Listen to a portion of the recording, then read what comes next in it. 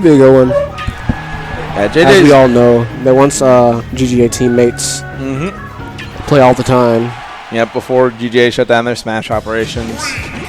Unfortunate as that is, but still, you know. It's hard to not bring that up every time these guys play. Yeah. 'Cause I feel like I do bring that up every time these guys play. Yeah, because, well, it's really hard because for the longest time, that was basically, you know, the 4 GGA guys, that was, you know, one of the big stables in Chicago. And then, you know, once they, you know, disbanded, you know, it's weird not to, you know, it's weird not to talk about it. Yeah. But either way, starting off on Smashville, not a surprise. Yeah, both of these players, you know, they love Smashville. I'm pretty sure, like, they can just play each other in their sleep at this point. It's just... Oh, almost getting that forward smash. That was a really He had the read. Yeah, he had the read. But that was just good on JJ for not landing in front of him. Yeah, you could tell. Why did he fall so fast? I feel like Diddy was falling in fast forward. Wait, why? I've never really seen JJ do something like that before. Like, he had his jump and he just wanted to barrels back to the ledge? I don't know. Maybe because he saw Dan. He would have re-grabbed, I believe. Oh, right. Yeah, so he didn't want to go to the ledge. That's why Dan was charging up that down smash. I was about to say, if he's going to start doing some, like, Joe Barrels tech, I was like, oh, man. Honestly, that's the scariest thing. Like, when you have a Diddy that, you know, starts doing... Ooh! Yeah, JJ start with the off-stage call-outs. Taking an upbeat to the ledge right there. I mean, JJ's got the right ideas off stage, but it's just he's down airing when Dan's directly in front of him. That up tilt really killing Mario at like 90. If that would have traded and then both of them died, that was gross.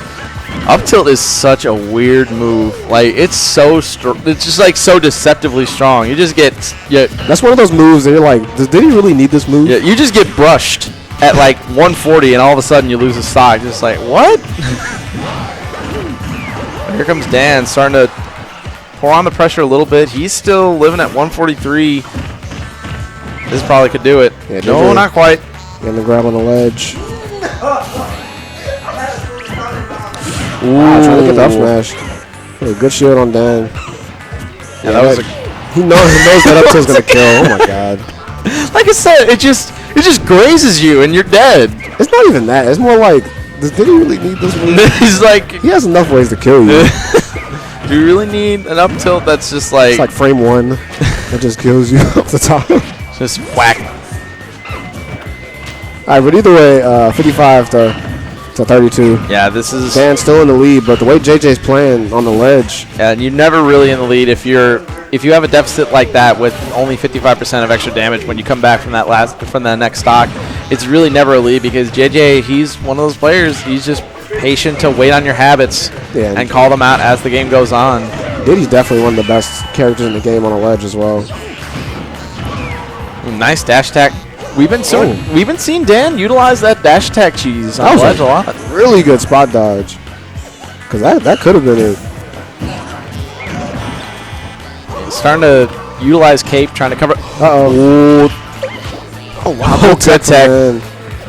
That was really dangerous. What? Oh, my God. You got a little wild right there. You got a little greedy with that. I mean, I like the idea, and it would have put him in a position where that would have been very tricky to get out of, but...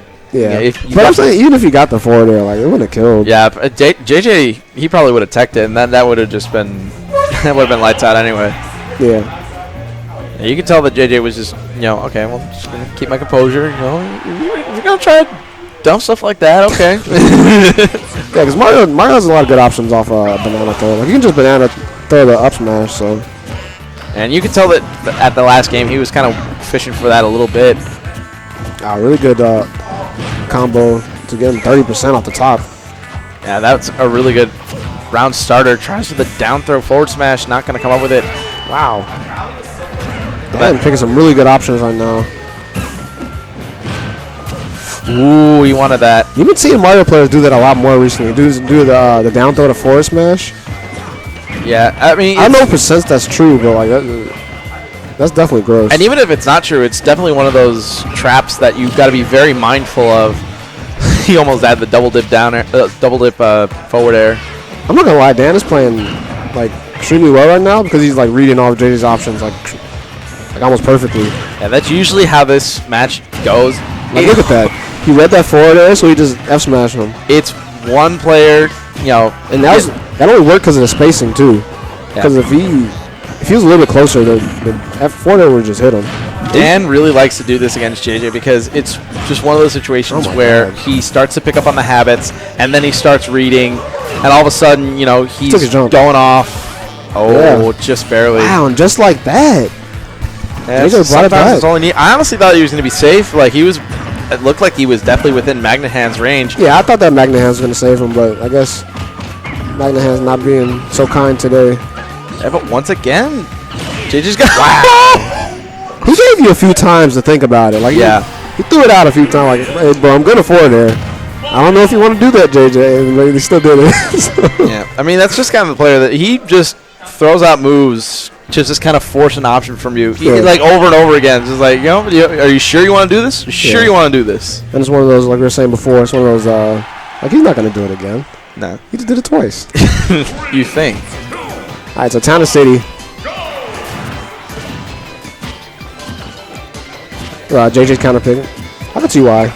Yeah. Usually these guys, they usually just gentlemen smash for the whole set, but I could definitely every now and then, if JJ is playing from behind, he usually goes to this. Stage. It's kind of his backup because down tilt up smash is gonna kill earlier.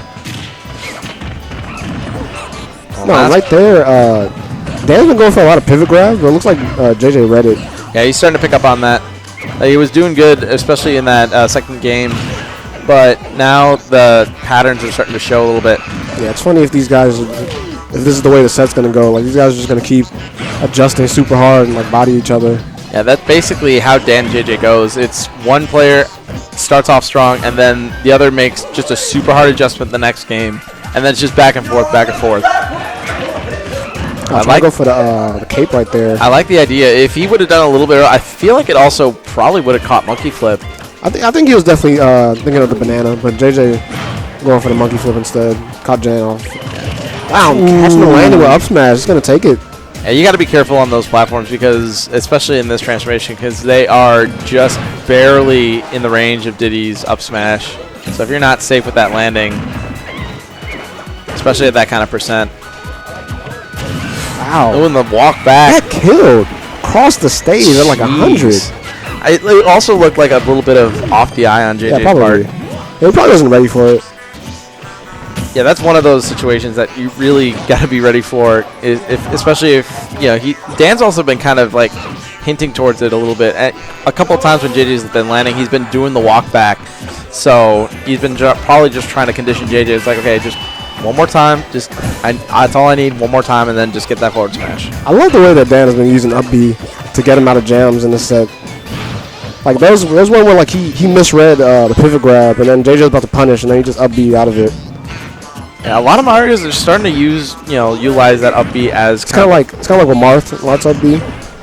Yeah, using that as a combo breaker. Yeah, or just get you out of bad situations. So it's extremely fast. Yeah, JJ actually has a lead right now. And the lead's climbing, so Dan needs to mount this comeback, and he needs to do it soon. Uh-oh. JJ, he's just starting to establish his presence by the ledge. JJ, he tried to go for the famous down tilt roll. Down tilt, but Dan's going to stop him. Nah. Dan, I'm pretty sure Dan knows at this point. He's just like, okay, well. Oh, just going for the raw down tilt right there. Probably calling out a grab from Dan. Yeah, it looked like a land grab situation, but JJ, he's been on top of his game, so just calling out that landing, that's all you really needed. Mm-hmm. All right, so going into game 4. Dan's counter pick. Dan's probably going to be looking for maybe. Oh no, he's just going to go for the run back. Yeah, they're running back. Yeah.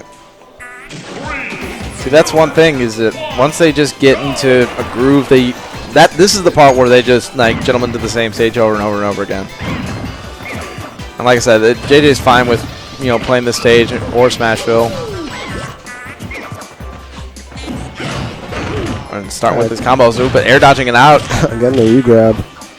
That's a really tricky thing with that combo is you can air dodge out of it, but a lot of the times Mario players do that because that's the exact point. That's what they want you to do.